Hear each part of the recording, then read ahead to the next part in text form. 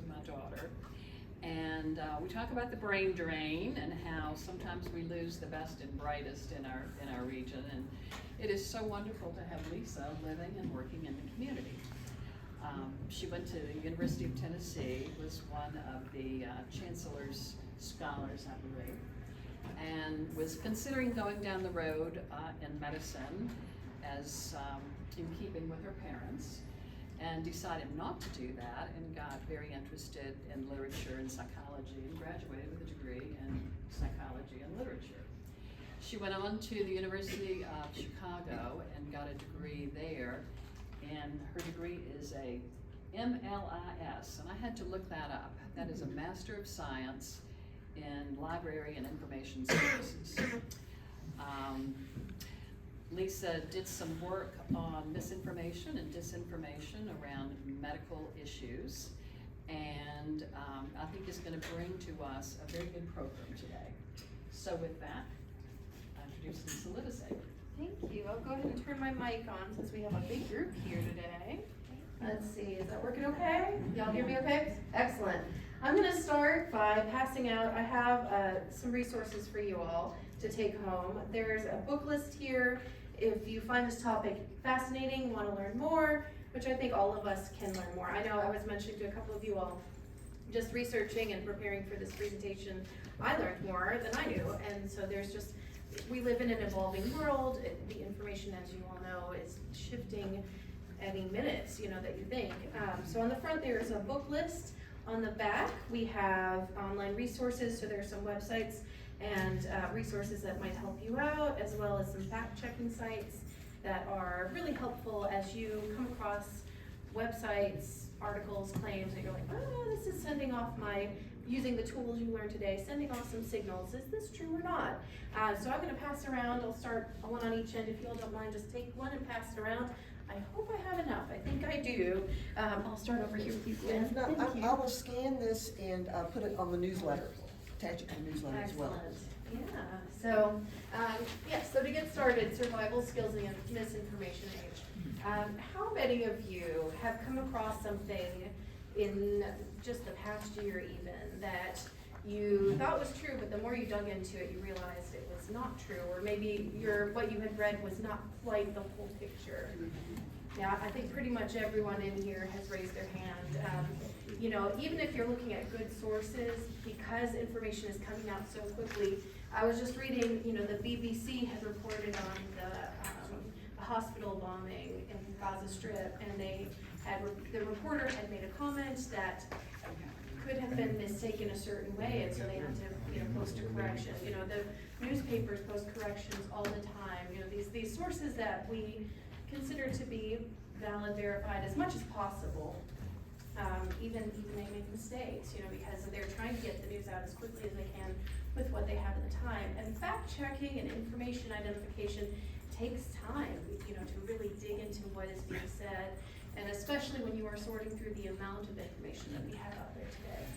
So, you go to my first slide. What does misinformation look like? I have 3 examples here.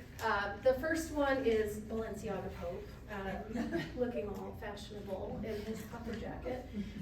The second is cheeseburger Oreo. How many in the room think that might be delicious? Yeah, I didn't think so. I don't know who made that one, but that's not very appetizing. And then the third image I think does a good job of illustrating, to some extent. These are funny, these first 2, they're silly. The third one, not so much. You see something like that, and you're like, oh my goodness, I need to share this. What on earth is this about? Well, once you, and then of course, what is misinformation? It's when you're spreading false information, whether you know it or you don't. So sometimes it is done intentionally, sometimes accidentally, and I think the vast majority of what's going on is a lot of it is unintentional, unknown misinformation, right? How many of you want to spread misinformation? You want to fool your neighbors? We all want to do the right thing. We all want to share good information when we're on Facebook or Instagram. We'd like to think that we're spreading good information, and I think for the most part we are, but yeah, we'll get into why, especially on those social media outlets, it can be tricky. But if I show you on the next slide, you can see sources for each of these different examples of, false or misinformation. So the first one with the Pope is an AI generated image, and they are tricky to spot. The technology is getting better every day, but there are little tells, and we'll go into this a little bit more. Looking at the details, if you start zooming in, you see that there's some odd shading or odd, texturing around his eyes. It's kind of warped. The crucifix around his neck is missing half its chain, which maybe you didn't notice at first look, but there's something He's the wrong Pope, it there. can stay there without the whole chain. It's just hovering there by the power of the Holy Spirit. Maybe, but that's, science says no, perhaps. The middle image again, red velvet is a true, special flavor of Oreo, not so much cheeseburger. Maybe you don't like red velvet, that's okay. But then the third image is the original picture of that Make America White Again that had been photoshopped to read. So from Make America Great Again originally, what was posted there, and you can double check that on Snopes, which is one of the fact checking sites that I listed on your sheet there. So you can see here again, like, why is this important and how pervasive it is. Misinformation touches on so many areas of our lives. So here's another good example of misinformation. I'm gonna make sure I can click on this link here. Here we go. We're gonna watch a short video here, and this is from the New York Times.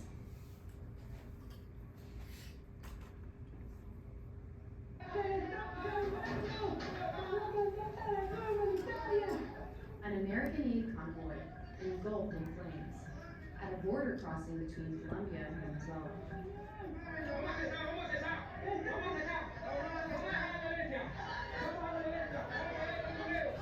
The scene has become a critical flashpoint in the political and economic crisis gripping the country. Senior U.S. officials immediately seized on the incident, blaming President Maduro and his supporters for intentionally torching the convoy. But an investigation by the Times calls its conclusion into serious question and shows that U.S. officials raced to judgment without the full facts. How did we get here? The Venezuelan crisis came to a head in early 2019, when opposition leader Juan Guaido declared himself president in a bid to unseat Nicolas Maduro, whose authoritarian rule and economic mismanagement resulted in searing poverty. Backed by the U.S., Guaido mobilized his followers to bring American aid into Venezuela, but Maduro blocked border crossings and denied entry. On February 23rd, 4 aid trucks arrived at a bridge on the Colombian side of the border. Guaido supporters cleared a path and drove the trucks toward Venezuela. Security forces repelled them, firing tear gas and rubber bullets, and the aid trucks got stuck on the bridge. The Colombian government released this annotated footage of the standoff. They circle the Venezuelan police near the trucks before the fire breaks out. The implication appears to be that the Maduro regime caused the fire. But note the timestamp in the footage they circulated. It suddenly jumps ahead by 13 minutes and misses the critical moments leading up to the fire. We obtained previously unseen TV footage that fills this gap and tells a more complicated story. So let's back up the TV footage and see what happened. A small group of protesters starts throwing rocks and Molotov cocktails. We'll focus on this one protester. Here we see him throwing 2 Molotovs toward police. Let's look at the scene again. 4 trucks are stranded on the bridge. The protester approaches from here, behind the 3rd truck. He launches 1 Molotov, but the second one separates, and the burning rag veers off toward the truck, not the police. Let's fast forward a little, and we'll synchronize the security footage. We can see that a fire has taken hold on one of the trucks. This is just 30 seconds after the burning rag landed in this area. This sequence of events shows the fire was most likely started by an errant Molotov, not by Maduro security forces. In minutes, the cargo is ablaze.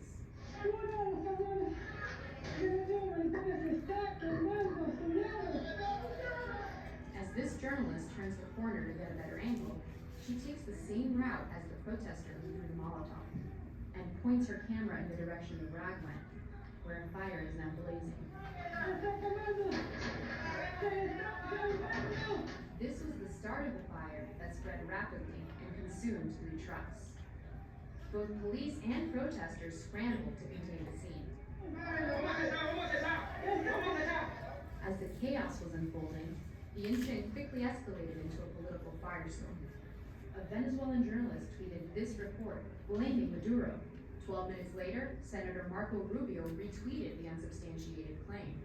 National Security Advisor John Bolton weighed in soon after, and then USAID Administrator Mark Green claimed that Maduro had ordered the burning.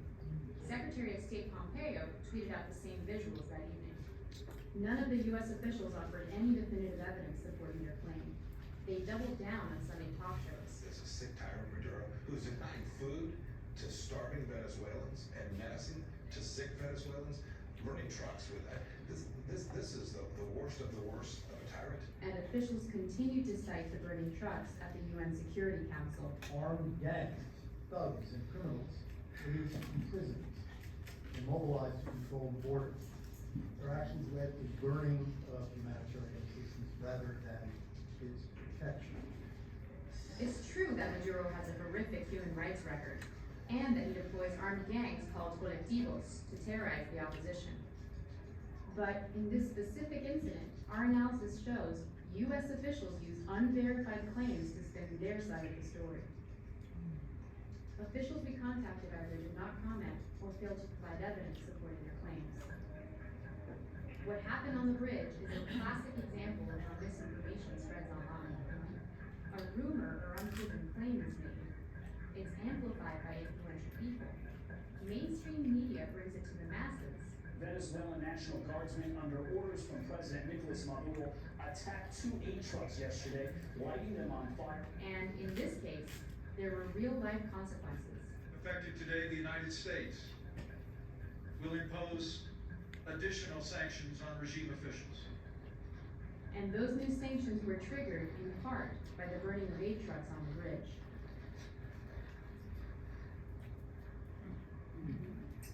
So, back here.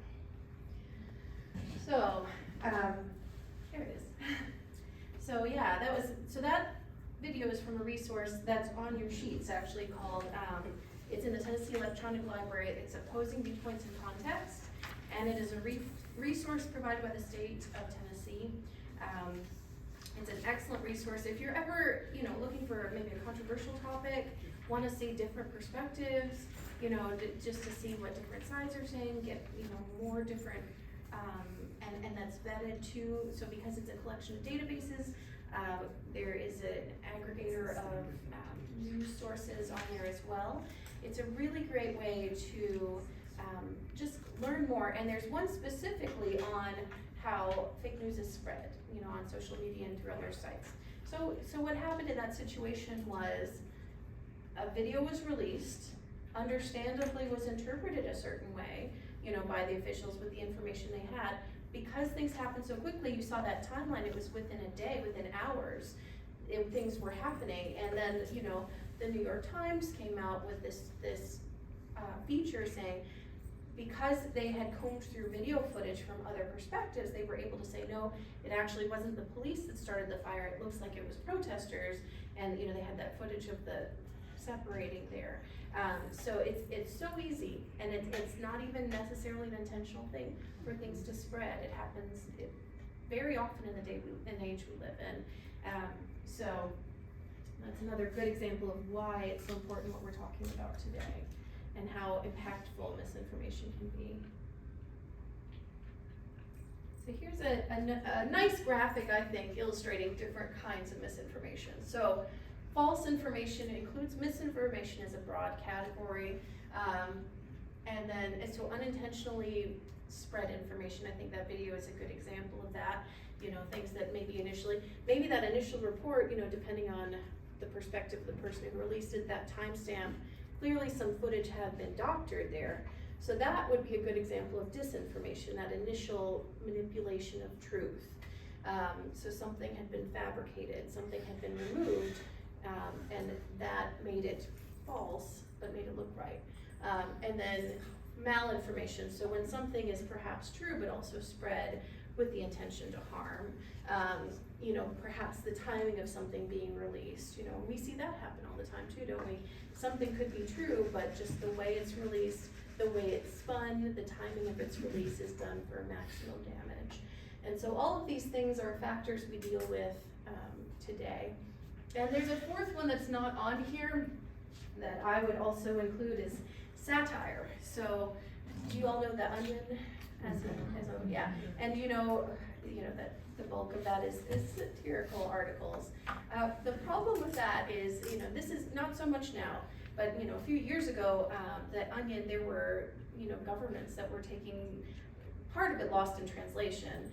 There was an article that The Onion published saying that Kim Jong-un had been named sexiest man alive, and a Chinese newspaper took that and published it as a reality, like, oh, look at what The Onion has said. So, you know, to us, we realize, like, oh, come on. But, you know, it's something that, you know, without knowing the context, satire can be misinterpreted to mean something that the original intent was not there. So that's something else that, you know, it's an important piece of the puzzle and something to be aware of. Okay. So what makes us susceptible to misinformation? You know, some of the things we've seen already seemed maybe far-fetched. We could kind of tell from the look of it, like that cheeseburger Oreo, surely that's not a real thing, right? But then things like the video that have impact, what makes us susceptible to that? So this is from Dave Rand, who is an MIT professor and who has studied the psychology of misinformation. And he has done this study talking about why we believe information when it comes to us, whether or not it's true. Things that help us in believing something is if we see it often, if we see repetition, if you see it repeated frequently. You know, say you're seeing information shared online and then you're listening to it on the radio, that repetition helps it to sink into your brain. The other thing is whether it's aligned with political or factual beliefs. So we do tend, human beings, to gravitate to groups that have similar beliefs to us. You know, I'm sure regardless of your party and affiliation or, you know, your religion, you probably are members of social media groups. You know, you follow people who tend to line up with your own ideologies for the most part. You know, you might have some balance in there, but I think we all tend to do that. It's the circles that we revolve around and we live in, and just being aware that can be a factor in how we make decisions and in the information we see, I think is important to understand and acknowledge. And then the final is trusted or elite sources. So government officials are a good example of that. Doctors, you know, are a good example of that. Anyone you consider to be a trusted source, you know, you're more likely to take what they say for truth, you know, versus someone who's, you know, just posting about it online, who you don't know necessarily. And then some reasons specifically for falsehoods, lack of reasoning and critical thinking. So David Rand in his studies, he speaks to a certain level of laziness, especially when we're online. So when you pull out your phone end of the day and you're tired and you're just scrolling through your posts, you know, your brain isn't quite as engaged as it is right now when you're listening to me talk, right? You're not paying as close attention because you're just kind of half aware, and then you see something, you go, oh, that's weird, I'm gonna share that, you know, without even necessarily thinking about it. We don't use quite the same critical thinking skills in that situation as you are using right now in this situation, or when you're at work, you know, doing your job. You're tuned in, you're aware, you're on, you're considering everything you're looking at, you're you know, being a little skeptical. We don't always use that same level of skepticism when we're just, you know, scrolling through our social media feeds. And the lack of digital and media literacy. So this is something, again, the technology changes so rapidly. There are new platforms all the time, you know, that we're joining in and learning about. And, you know, understanding how things like algorithms work, you know. It's not something you have to know everything about. You don't necessarily have to have a degree in computer science, but having a little more understanding of how technology works, how algorithms work, can definitely help in how we are able to consider the information that comes at us all the time. I liked this quote from a David Rand Scientific American article. Over 80% of respondents felt that it's very important to only share accurate content online. So most people want to do the right thing. They want to share good information. But, you know, again, we're not always aware of the bias underlying what we're looking at. We're not always considering that when we're sharing information. And again, that repetition, especially in a 24-hour news cycle where you see people repeating the headlines over and over again, and it might evolve over time, but when you're initially exposed to it, that shock value of that article, it sticks with your brain. And it's hard for you to switch over it, even as that narrative evolves.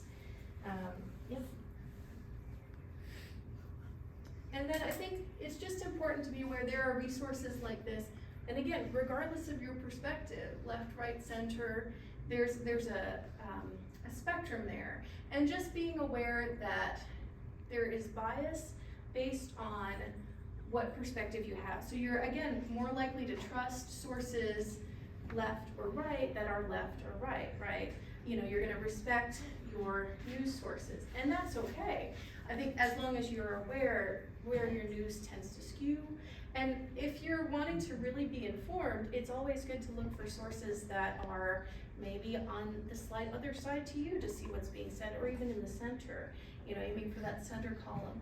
Getting a variety of information sources, exploring different perspectives. I know you guys are doing a talk on how to talk to people who have different perspectives from you coming up in November, right? So this is a good place to start. You know, maybe you tend to read news that is from the Washington Post. You know, maybe look a little bit at the Wall Street Journal and to balance it out a bit, or you know, taking Fox Business, look at the Guardian, but you know, just kind of looking at different sources helps give you a broad variety of perspectives. Does that make sense? And I'm not saying you have to like distrust what you're looking at all, but just look at it in the bigger picture and use your critical thinking skills that we're gonna work on some today. As you're looking at whatever news sources, whatever social media posts you're exposed to in any given moment. And this, I would like to plug, I got from the League of Women Voters in California. So I thought that was really cool. They had shared it. It's not theirs, it's from All Sides Media Bias Ratings, but they had shared it on an article. So I thought that was really cool. Can I make a comment? Absolutely. The Wall Street Journal is owned by, what's his name? Also owns Fox. Murdoch, so I would question him being in the center. You make a very good point. So identifying source is very key. Or owner.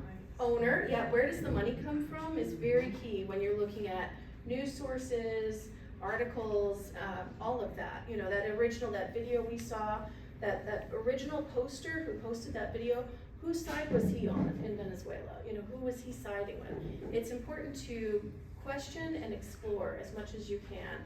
You know, dig into that background because it's important to know where it's coming from for sure. Yeah, and especially, you know, for-profit, non-profits, you know, tags like that, educational sites versus government sites versus commercial sites, you know, are all things, you know, when I was in library science school, a lot of times they taught us to look for .edu, .gov articles versus .coms. You want to be a little more skeptical because it's a commercial website. People make money off of it, right? There's something behind that. There's a purpose behind that. Maybe you don't know. So what's not commercial? Free speech, freespeechtv.org. That's where you get your information. Yeah, there are different resources out there you can explore. Yeah. But there's no commercials. That is something to think about too. So. But what else has no commercials for us? Yeah. Yeah, C-SPAN's been there forever, it seems. Yeah, that's true. And that's, you know, live footage of what's going on, right? So you're getting to watch it happen. Yeah. But for interpretation, there's nothing but Free Speech TV. It's, You can get on Sling free. Stream it. What else makes us susceptible to information? So I mentioned algorithms, and this is a great example. So Safia Noble is one of the citations on your list of further reading. She's done work on algorithmic bias. And so this image is from a Google image search a few years ago. It's not current. But if you were to look for professional hair for work, the image on your right would be what you're seeing. So versus the image on your left is unprofessional hair for work. And what do you notice between the two sides? What are some differences? Race, yeah. Yes, on the left side you see natural hair, you see dreads in some of the pictures, you know. So the algorithm is only as unbiased as the information it's been fed.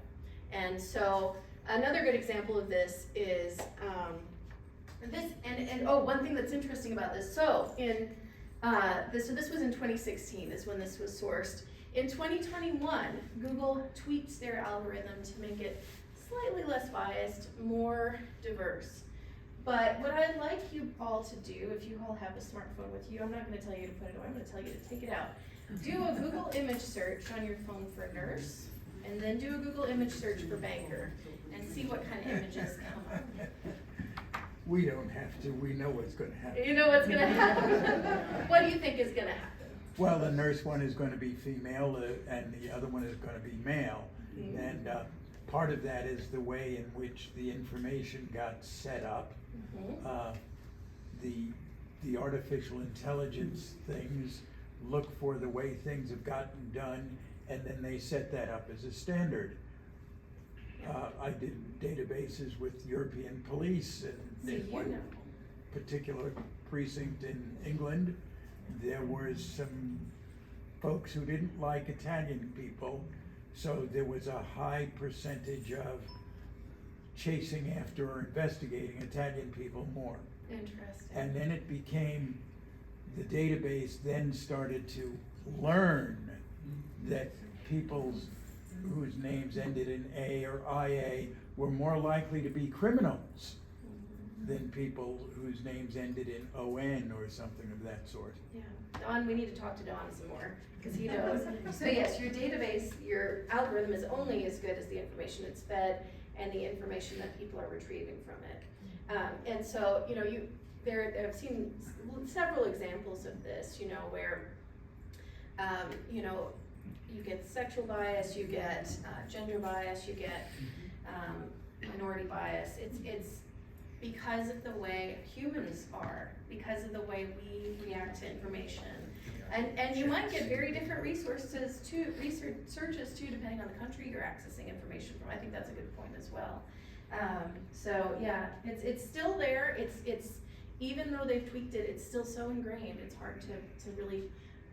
It's baked in the system, and to some extent, what does that say about us? We've got work to do, right, as a group of people, to make it more balanced. But you know, it's still there. It's still there, even though they've tried to make it better. So what is at stake? This is kind of a silly example of what's at stake. There is a resource called, it's a fun little game called Monster Match. .hiddenswitch.com if you want to do it. It's an interesting little game designed to teach you how dating app algorithms work. So dating app algorithms very similarly prioritize popular matches first. I'm not going to ask you to raise your hands, but I will say that I met my husband on an online dating app, and he wasn't the first image that popped up for me, you know, because what they do when you join a dating app, they show you popular images based on the categories you are searching for in your area. And so a lot of times what happens, you know, right here in Johnson City, we do have a predominantly white, you know, Caucasian population.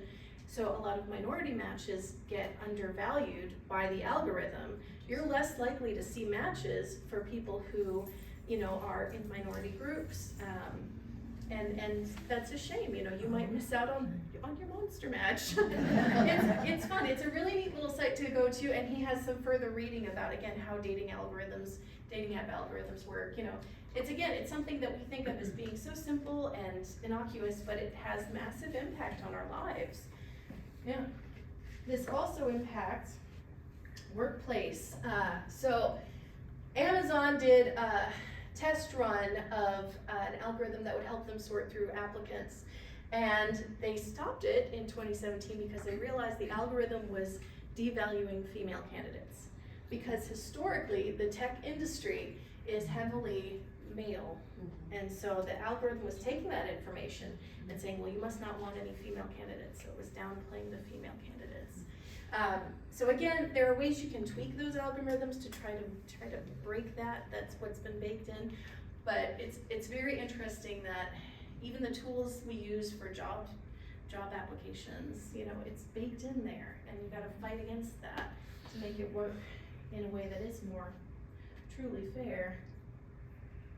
And then we were talking a little about this most current, you know, very current information. What is at stake? We were talking globally. There is an impact of misinformation here. And in light of the Israel-Hamas war, there are so many articles coming out that are misinformation.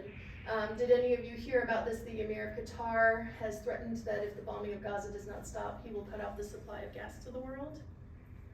You know, that was manipulated, and you can go to Political Fact to find out more about how that statement, he made a statement, but it was misinterpreted and mispresented.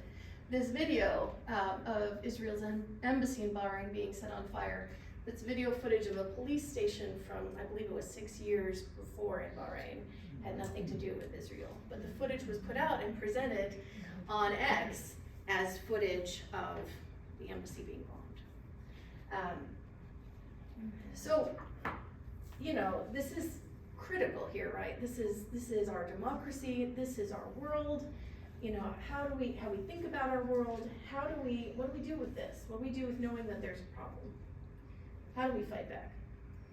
So talking to Dawn and learning a bit about how technology and algorithms work is a great starting point, because that helps you to be a little more critical. You know, it's easy to trust this really cool, flashy new tool that we have, but just having, you know, testing it, having a little understanding that the tech is only as good as the information it's been fed, and it's also almost only as good as the people that have made it. Yeah. Exercising your cognitive muscles, so we're going to learn to sift through the crap. Does anybody know what sift and crap are? Other than what the obvious. You're going to learn today. It's really, they're good tools for critical thinking, and you can use them across the board. And the final point is don't worry. So the title of this talk is How I Learned to Not Worry. It's important. So what a lot of, especially the disinformation does, the things that are intentionally meant to mislead us, is it plays on our emotions. It makes us be afraid. And so when we're like, oh, that's terrifying. I need everybody I know to know about this. I'm going to share it. And I'm going to tell everyone about it. Try not to have that knee-jerk reaction. Try to use a little, give it a second, give it a beat, look at it, use these tools that we're going to learn today, because that knee-jerk is what's going on right now. A lot of us are terrified, understandably, because there's a lot at stake in the world right now. But knowing that all of that misinformation, disinformation is out there, I hope will help you to take a breath, use your tools, and see, is this something I can truly trust? Or is there something that I need to, is there something I need to research more? Maybe I need to go find a few other sources and make sure this is really true, what I'm seeing here or what I'm hearing, what Bob at Food City in the grocery line told me the other day. Is it really true? Testing it out. Here is, so again, talking a bit about technology and algorithms and the psychology behind it as well. So this was from 2021, a study done on election loss and election win and emotional intensity. And this group found that, this is kind of going along with the don't worry piece too, that the positive was less likely to be shared than the negative. So again, the negative, it tends to be fear-based, and it's, oh, this is terrible, this is terrible. You read the news and those fluffy little human interest stories, maybe, that's cute, but you're less likely to share than the doom and gloom news, right? That's the stuff that's prioritized, that's top of the fold, that's the stuff that's really gonna play on your emotions. So again, just being aware that those strong emotions, especially strong negative emotions, are pushing you to do something. And it's a survival instinct, right? We're social beings. You know, if we're afraid, other people should be afraid too, right? So we're spreading that information thinking, how terrifying is this? You know, I need to relate to you about this terrifying thing. So just being aware that that's a psychological thing that happens across the board, you know, and just trying to take a step back from that emotional intensity before liking and sharing everything, which I think most of us do, but just the reminder helps. Yeah. So observation checklist. We're gonna do some fun things now. I'm done talking, y'all are ready to do some fun things. So I've got a checklist of things here. Whenever you see images, especially, a lot of social media, a lot of news articles too, they're images that are shared. We started with Balenciaga Pope, right? And the cheeseburger Oreos. So whenever you see an image shared, especially when you see like a meme, y'all know what a meme is, right? Where they have an image, a graphic, and then they have big text over it. Whenever you see an image like that or a post go out on social media, look at the image to be sure it's actually what you're looking at is actually what's claimed. The video that we saw, right? So using context clues, using our basic observational skills, and identifying the source of an image, a lot of times can help. The Bahrain, when they were going after the police station, those are the context clues they use to actually find sources. There's a great tool you can use too on your phone, is that Google image search.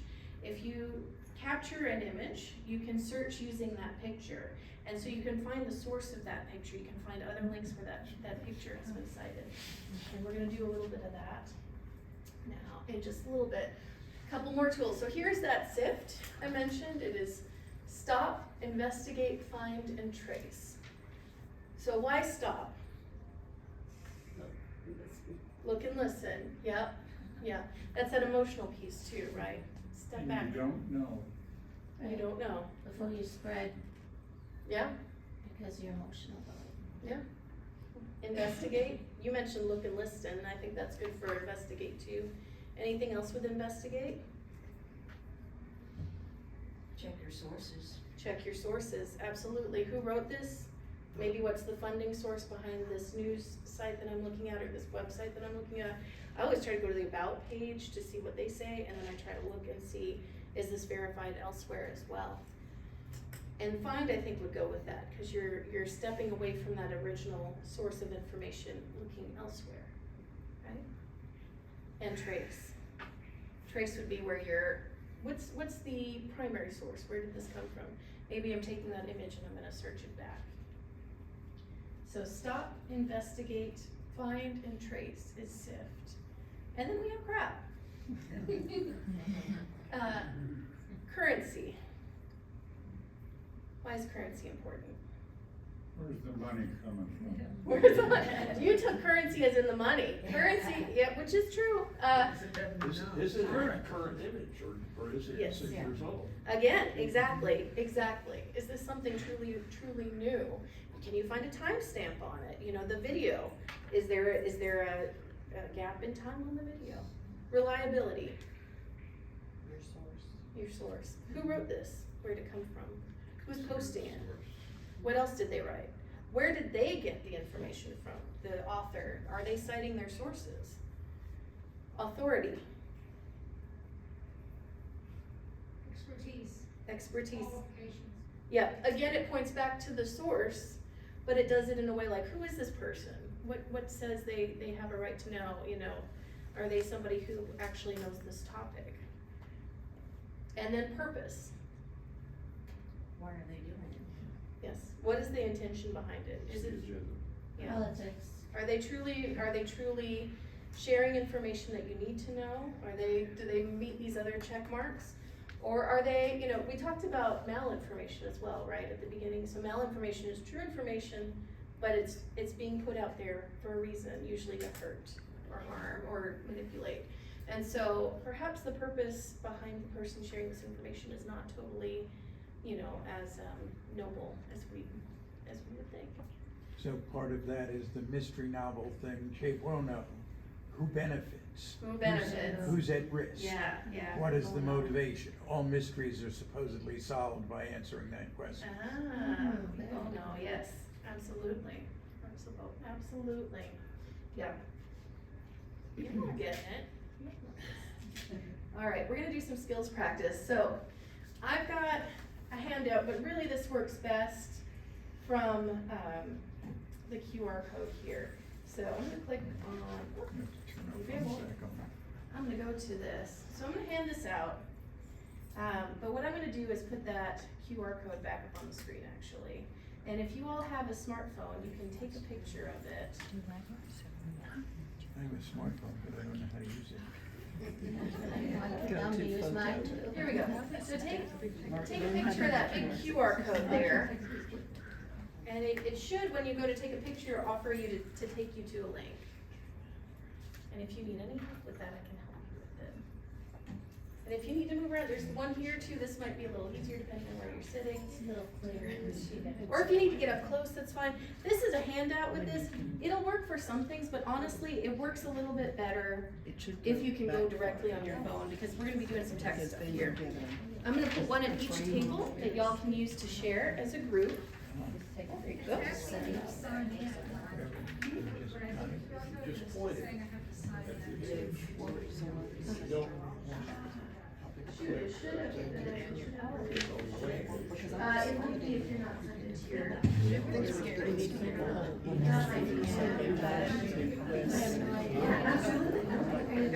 So, yeah, so at least, and we're gonna do this by table.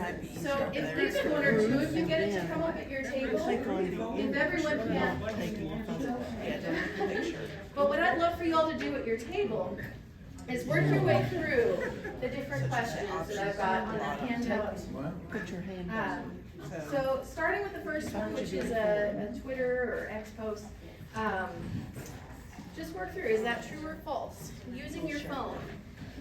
And spend a little time as a table working through those 5 questions, see if you can solve them.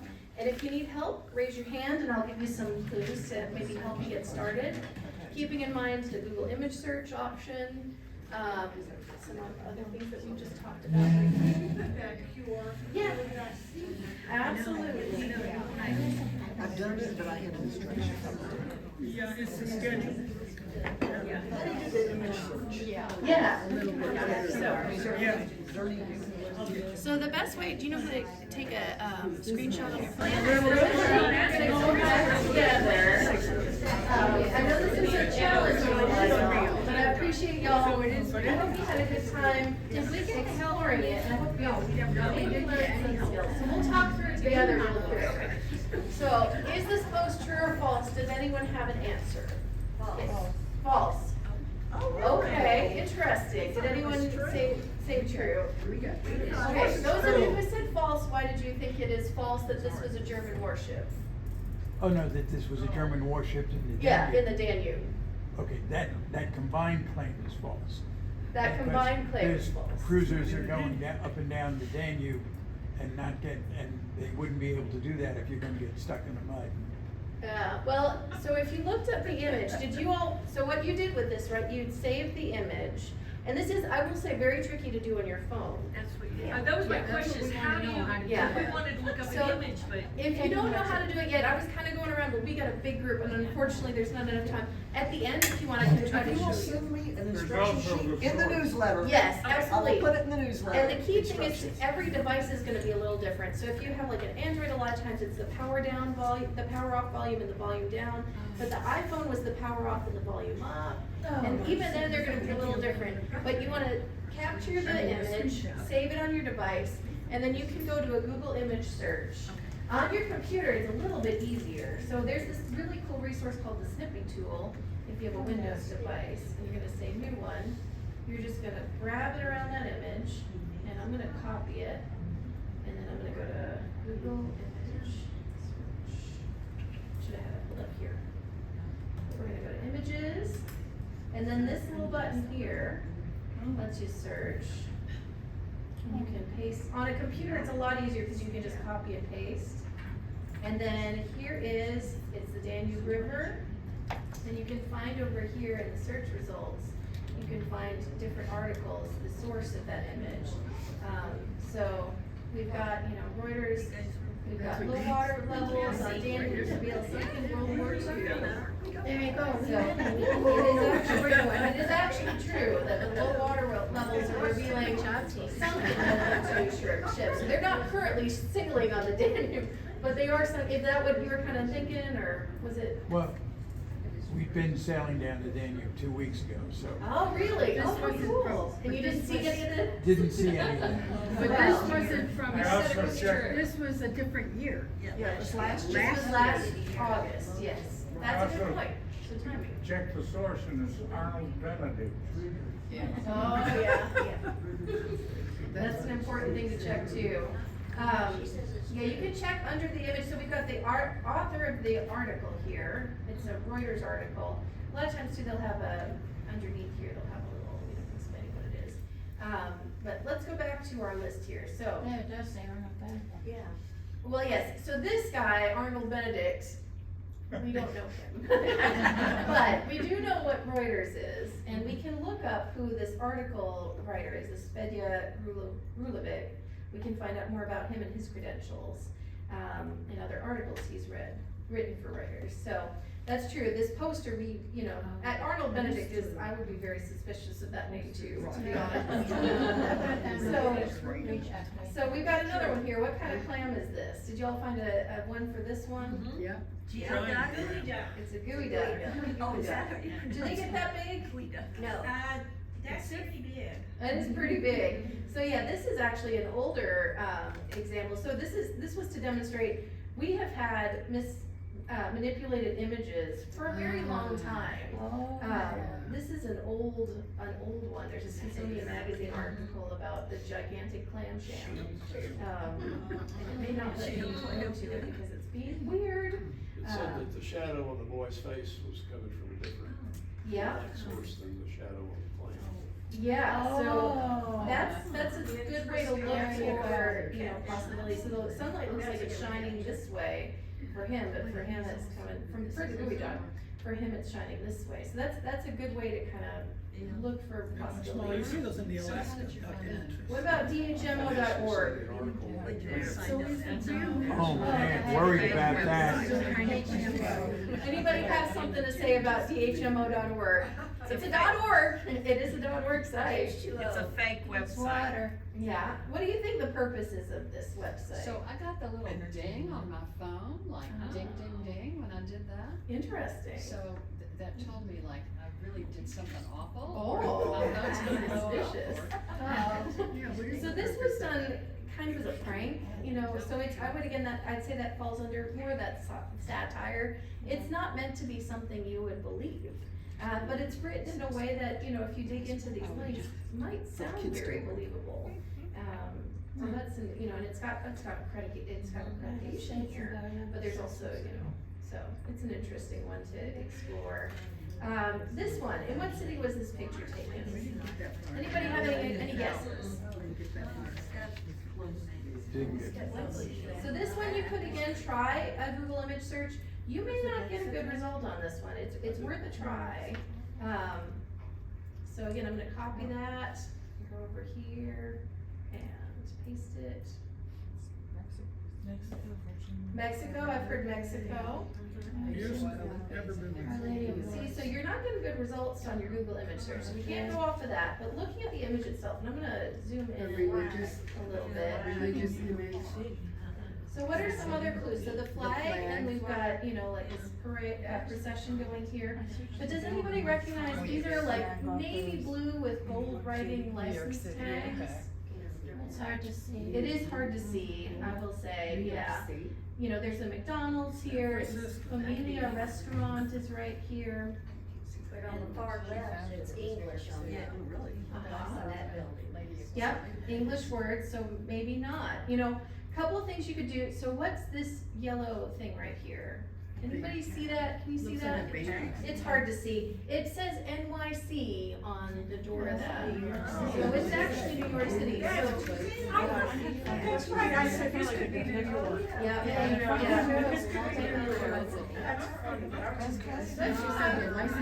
You nailed it. And you've got those golden blue license plates there. So one thing I was gonna point you to, but we do not have a lot of time, is GeoGuessr. It's a fun little game you can play free online, and it's a good way to hone these observation skills where you're looking for context clues on images. They're 360 images, and you're trying to identify where a picture was taken. So look up GeoGuessr. It's a fun little game you can play. It's free, and you guess where in the world an image was taken. It's really fun, and it's a good way to hone these skills of like, well, where is this picture coming from that I'm seeing here? And then we had one last one here that didn't necessarily even need an image search, was the Prince Harry with his McDonald's bag. So is this AI generated or the real deal? This is actually Prince Harry. Who says Prince Harry? That's him.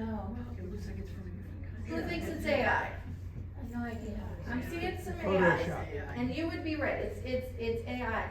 So one thing is, the wording on this bag, it looks like it's a conglomeration of multiple images and prints. Another thing, remember with Balenciaga Pope, how his chain didn't have the other side? Look at his hand here, how many fingers does he have on his hand? Oh. Yeah, so there's little things that you can use to kind of identify.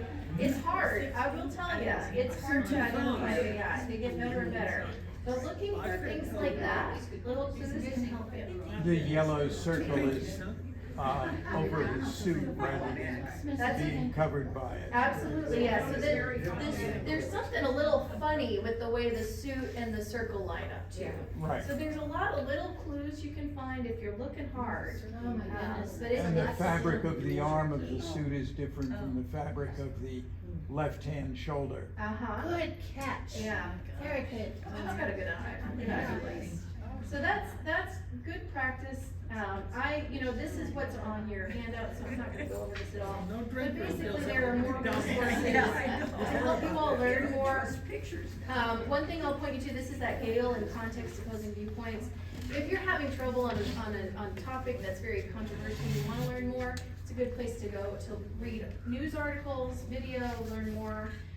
This is that media bias chart that we looked at. A couple of you were mentioning, like, it's very limited. If you go to their website, there's a more involved chart. It almost looks like a V, and it goes into not only the political leaning, but also like how vetted the sourcing is done, whether they're doing fact checking or if it's more opinion based. And then those fact checking websites are on there as well. And that's basically it. I hope you all really enjoyed this. I hope you learned some great skills.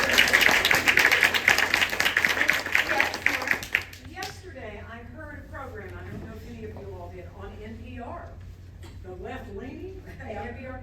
Anyway, it was on misinformation. And one of the things they said is that since Elon Musk took over Twitter, he dropped all verifications. Right. All verifications completely. So, and I was at a conference recently where a young leader said to me, what is your platform? We're putting all our substantive stuff on Twitter. And I'm like, so what is the impact of, that seems huge. It is huge, yeah. News literacy is another thing entirely. So we've talked more of information literacy, but news literacy gets more into, like you mentioned, the financial sourcing behind things. And there are some good resources out there for news literacy as well, where you can learn like what websites, what resources are doing verification, what are not. Social media in general, it's tricky. They are doing some verification on some of them. But again, it's so much is community based, and it's in the moment, and so anything you see, I would say on any social media platform, I'd question and check it, honestly. Yeah. I'm not challenging anybody, but what says I am.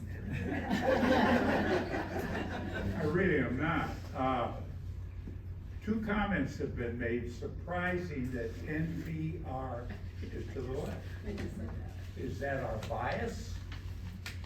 So, Or is that really true? Ramsey made a good point that chart is looking just at print media, I believe. Online. Only their website. Only their website. It's not their printed, their audio. Gotcha. Only their website. So it's limited scope there. So that version, there are other versions and other, rating, media rate, buyers rating sites. I mean, you look at all, across all three, kind of like, Yeah.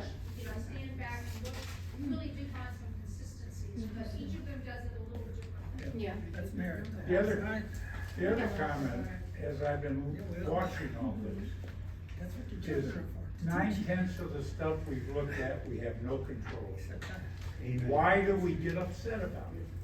Because what we should be doing is looking locally and being involved in that which we can do something about. And I think that's a great thing to have, and that's why the work that this group is doing is so crucial, Yes. and groups like it, is that awareness at the local level. It is hard to find information for the local level. You know, online you find a wealth of information for the federal level, somewhat for the state level, but local level, it's a lot harder to dig down into that information.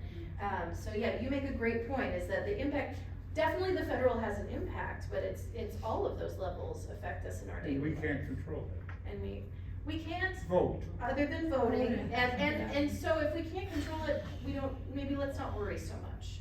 You know, because ultimately, will my worry impact the situation? You know, it'll impact me, and it might impact my